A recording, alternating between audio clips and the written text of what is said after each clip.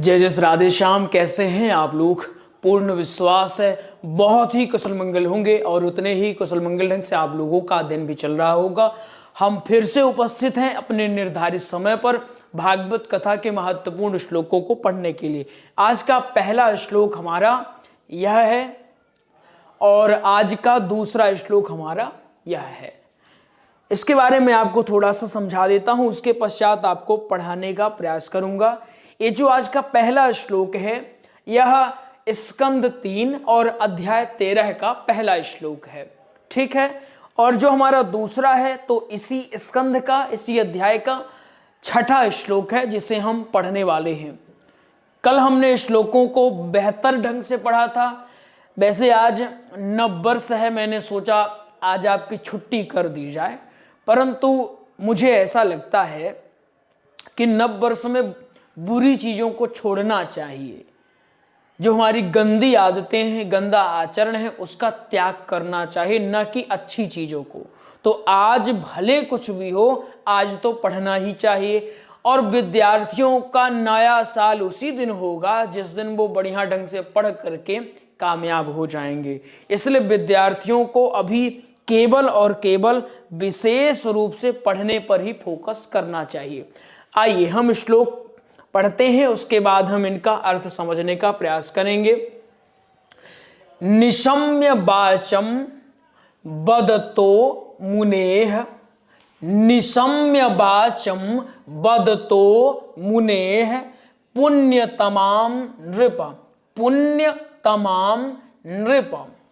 इसके पश्चात भूयः परप्रच्छ कौरव्यो कौरव्यो वासुदेव कथा धृतः, वासुदेव कथा धृतः, वासुदेव कथा धृतः। बन जाएगा ना? एक बार फिर से देखते हैं इसको। निशम्य वाचम वदतो मुनेः पुण्यतमां नृप, पुण्यतमां नृप भूयः पप्रच्छ कौरव्यो, कौरव्यो नहीं कौरव्यो वासुदेव कथा धृतः, वासुदेव कथा धृतः, वासुदेव कथा धृतः। ये बन जाएगा। अब हम गायन करने का प्रयास करते हैं इसको। लिखा हुआ है एक शब्द देखिए, निशम्य, निशम्य वाचम वदतो मुनेः पुण्यतमां नृप, पुण्यतमां नृप भूयः पप्रच्छ कौरव्यो, भूयः पप्रच्छ कौरव्यो वासुदेव कथा धृतः, वासुदेव कथा धृतः। ठीक है, चलिए अब इसको हम गायन करने का भी एक बार प्रयास कर लेते हैं। निशम्य वाचम वदतो मुनेः पुण्यतमां नृप भूयः पप्रच्छ कौरव्यो वासुदेव कथा धृतः, वासुदेव कथा धृतः। बन जाएगा क्या? चलो अगर बन जाए तो एक बार हम अब आगे बढ़ते हैं। चलो आपकी कमेंट्स ले लेते हैं हम। अनिरुद्ध, फिर एक अनिरुद्ध मिश्रा हैं, काजल सिंह हैं, लोकपाल हैं, चलो बहुत बढ़िया है, नीलम है। ठीक है, ठीक है बच्चों, है ना। ठंडी बहुत है तो थोड़ा सा ख्याल रखो अपना। अब अगला देखें हम। चलो अगला देखो। अब अगला श्लोक यह रहा आपके स्क्रीन के सामने, देखो। यदा स्वभार्यया साकं, यदा स्वभार्यया साकं जातः स्वायंभुवो मनुः प्राञ्जलिः प्राञ्जलिः प्राञ्जलिः प्रणतश्चेदं प्रणतश्चेदं, फिर वेद गर्भम भासत वेद गर्भम भासत। अच्छा, अपने को विशेष पता होना चाहिए किस श्लोक को कहां तक लेके चलना है, कहां तक इसको गाना है।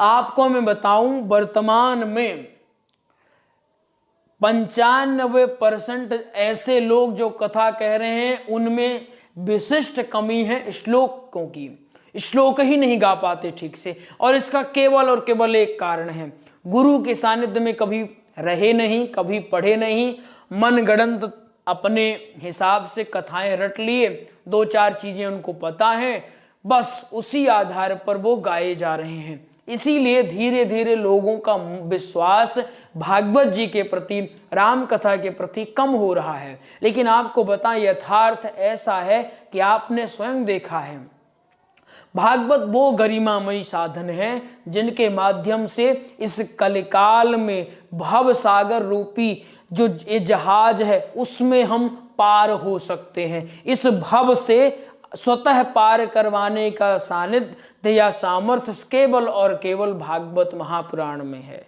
ये जो कलयुग रूपी कुठार है, इसके प्रहार से केवल और केवल कौन बचा सकता है, वो है भागवत महापुराण। इनका आश्रय लेना चाहिए। लेकिन तब जब योग्य व्यक्ति व्यासपीठ पर बैठ करके वक्तव्य प्रसारित करते हैं, कथा कहते हैं, सुंदर ढंग से श्लोकों का वाचन करते हैं, आप विचार करिएगा। आपको एक मूवी अगर 2 बार दिखाई जाए तो आप देख लोगे, तीसरी बार दिखाई जाए वही मूवी थोड़ा कम मन लगेगा, लेकिन चलो ठीक है मित्र कह रहे हैं देख लो। वही चौथी बार या 5वीं बार कह दिया जाए चलो यही मूवी देख लो, तो संभवतः आप देखोगे नहीं।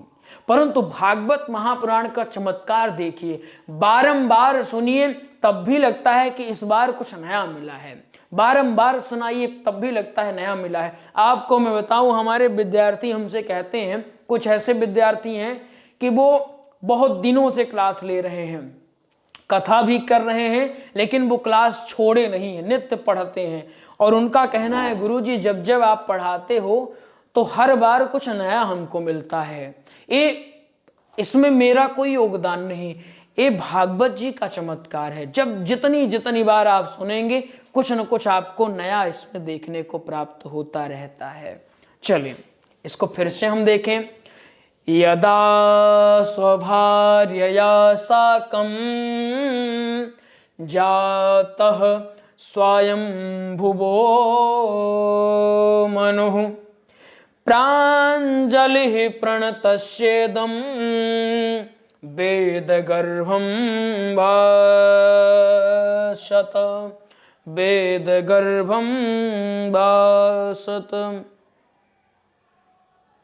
बिल्कुल शिवपुराण बहुत शीघ्र पढ़ाएंगे, है ना। शिवपुराण तो भाई राम जी को पाने का एक बहुत सुंदर मार्ग है शिवपुराण, शिव कथा।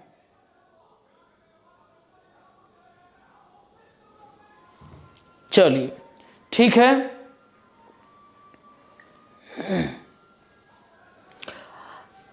इसको एक बार गायन करते हैं, उसके पश्चात हम इनका अर्थ अब समझेंगे। यदा स्वभार्यया साकं जातः स्वयंभुवो मनुः प्राञ्जलिः प्रणतश्चेदं वेदगर्भं भासत। एक बार दोनों श्लोकों को गा लेते हैं। निशम्य वाचं वदतो मुनेः, रुक जाना है। पुण्यतमां नृप भूयः प्रपृच्छ कौरव्यो वासुदेव कथादृतः। यदा स्वभार्यया साकं जातः स्वयं भुवो मनुः प्राञ्जलिः प्रणतश्चेदं वेद गर्भं भाषत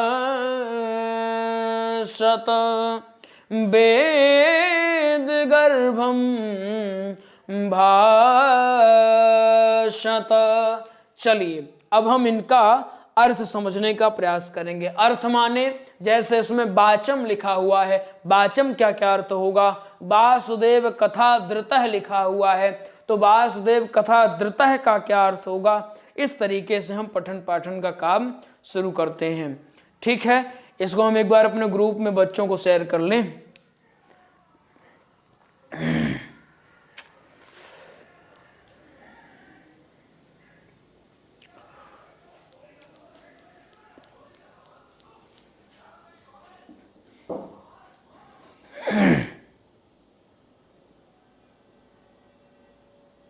चलो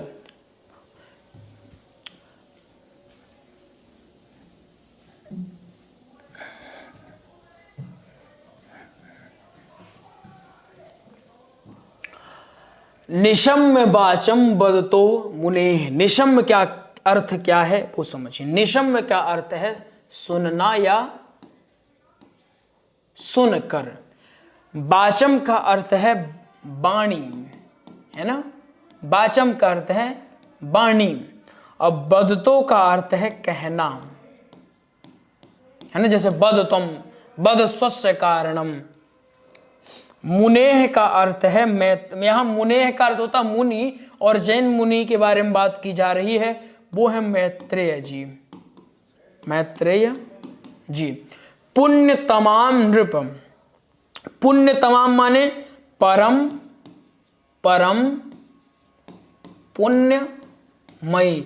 नृप माने राजन, राजन। ठीक, नृप का अर्थ क्या है, राजन या राजा। निशम्य का अर्थ होता है सुन करके। वाचम माने वाणी, बदतो माने कहना, मुनेह माने मैत्रेय जी, पुण्य तमाम परम पुण्यमयी, नृपम माने राजा। राजा मैत्रेय जी की पुण्यमयी वाणी को सुनकर, क्या, राजा मैत्रेय जी की पुण्यमयी वाणी को सुनकर बन जाएगा। और ये कौन कह रहे हैं, ये सुखदेव जी कह रहे हैं कि राजन मैत्रेय जी की पुण्यमयी वाणी सुन करके। किसने पुण्यमयी वाणी सुनी, तो अब ये समझो। भूयः प्रपक्ष कौरव्यो। भूयः का मतलब क्या होता है, भूयः माने फिर से, भूयः माने फिर से। पप्रक्ष, प्रपक्ष माने पूछना, यानी कि फिर से पूछा। किसने, कौरव्यो। कौरव्यो माने विदुर जी को कहा गया है, विदुर जी। कौरव्यो माने विदुर जी। वासुदेव कथा धृतः। वासुदेव कौन है, वासुदेव, वासुदेव भगवान के लिए है, वासुदेव भगवान के लिए प्रयोग है। और इसके पश्चात कथा धृतः। कथा धृतः का मतलब क्या होता है, कथा धृतः माने कथा में आदर या कथा में रुचि लाना। कथा में क्या लाना, रुचि लाना। ठीक, बन जाएगा। सम्मिलित अर्थ देखो। श्री सुखदेव जी ने कहा परीक्षित से, राजन मुनिवर मैत्रेय जी के मुख से यह परम पुण्यमयी कथा सुन करके श्री विदुर जी ने फिर से पूछा, क्योंकि भगवान की लीला कथा में इनका अत्यंत अनुराग हो चुका था। क्यों फिर से पूछा, कथा में अनुराग होने के कारण। कथा उन्हीं को प्रिय लग सकती है जो भगवान से प्रेम करते हो। कोई अगर सोचे कि मैं भगवान से प्रेम नहीं करता और कथा सुनने में बैठ जाऊं, उसको कभी कथा समझ में आने वाली नहीं है। कथा वही सीख सकता है जिन पर मेरे रघुनाथ जी की महती कृपा हो। कोई कथा ऐसे न सीख सकता है, न सिखा सकता है, न सुन सकता है, न सुना सकता है। गोस्वामी तुलसीदास जी ने कथा पंडाल को, कथा जो ग्राउंड होता है उसको सरोवर कहा है। गोस्वामी तुलसीदास जी लिखते हैं, एहि सर आवत अति कठिनाई, राम कृपा बिनु आई न जाए। अद्भुत है।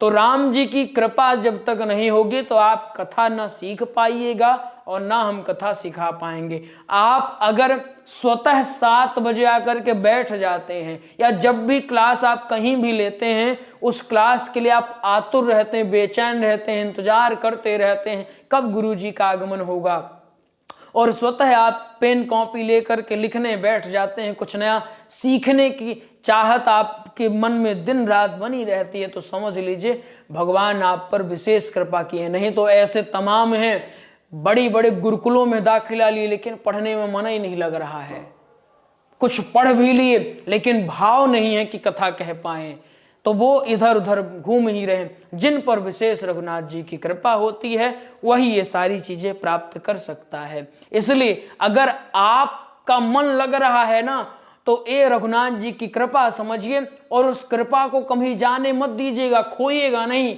एक बार भगवान अवसर सबको देते हैं, अगर उस अवसर का लाभ हम ले लिए तो सब कुछ मिल गया, और अगर नहीं ले पाए तो फिर सब कुछ बंटाधार स्वतः हो जाता है। ये समझ में आया क्या? निशम्य वाचम, निशम्य का अर्थ होता है सुन करके। क्या सुन करके?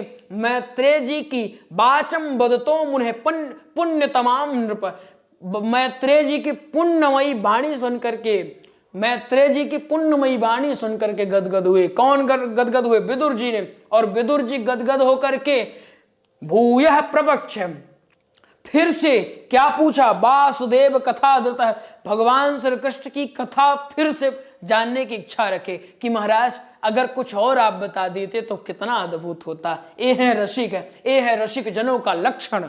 चलो अब अगला देखो।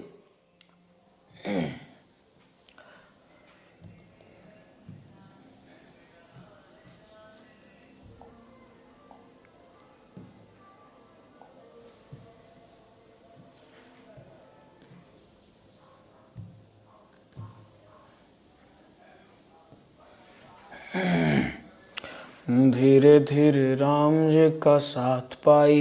अब चल लिखिए, यदा स्वभार्या, यदा का अर्थ है जब, यदा का अर्थ होता है जब, स्वभार्या यानी कि अपनी पत्नी, अपनी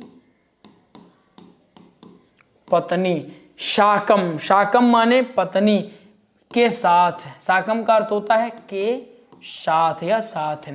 जाता है का अर्थ होता है जन्म लेना, जन्म लेना। स्वयंभुवो मनु, स्वयंभुवो मनु, स्वयंभू मनु, स्वयंभुवो मनु, स्वयंभू मनु ने। ठीक। प्रांजलि प्रणतश्चेदम, प्रांजलि का अर्थ होता है हाथ जोड़ना या फिर हाथ जोड़कर, हाथ जोड़कर। प्रांजलि का क्या अर्थ होता है? प्रांजलि का अर्थ होता है हाथ जोड़ करके। प्रणतश्चेदम, प्रणतश्चेदम का मतलब होता है प्रणाम करना, प्रणाम करना। वेद गर्भ भाषत, वेद गर्भम भाषत, वेद गर्भम भाषम, वेद गर्भम का मतलब पहले समझिए फिर भाषत का। वेद गर्भम माने ब्रह्मा जी, ब्रह्मा जी, और भाषत माने बोलना या कहना, बोलना। एक कब की बात है? जब मनु, कौन? स्वयंभु मनु, और इनकी पत्नी का क्या नाम था? शतरूपा। जब स्वयंभु मनु और शतरूपा का जन्म हुआ, दोनों पति पत्नी एक साथ जन्म लिए। क्यों जन्म लिए? सृष्टि के विकास के लिए जन्म लिए। दोनों का जब जन्म हुआ तो दोनों ने हाथ जोड़ करके ब्रह्मा जी की प्रार्थना, ब्रह्मा जी की प्रार्थना की, प्रणाम किया। फिर उनसे पूछा, किनसे पूछा? ब्रह्मा जी से पूछा। आया समझ में? नहीं आया तो फिर से देखो। यदा स्वभार्या, यह तब की बात है, यदा माने जब, जब स्वभार्या, स्वभार्या अपनी पत्नी के साथ, अपनी पत्नी के साथ जाता है स्वयंभू मनु, स्वयंभू मनु का स्वयंभू मनु ने जन्म लिया, अपनी पत्नी के साथ दोनों ले जन्म लिया। शतरूपा भी आई और स्वयंभू मनु भी आए। क्यों आए? सृष्टि के विकास के लिए आए। पहली लाइन। दूसरी समझो, प्रांजलि, ब्रह्मा जी को सामने देखा तो क्या किया? हाथ जोड़ लिया, महाराज प्रणाम। प्रांजलि प्रणतस्येदम, प्रांजलि पहले हाथ जोड़ा, फिर प्रणतस्येदम प्रणाम किया। वेद गर्भम, किनको प्रणाम किया? ब्रह्मा जी को प्रणाम किया। हाथ जोड़ा, प्रणाम किया, किनको? वेद गर्भम। और फिर क्या? भाषत, भाषण में बोलना, फिर बोलना शुरू किया कि अब मेरे लिए जो आज्ञा हो अब आप मुझे बताइए। बन जाएगा ना? बहुत कठिन नहीं है, बहुत आसान है। यदि एक दो बार आप बढ़िया ढंग से पढ़ लोगे तो पढ़ लोगे।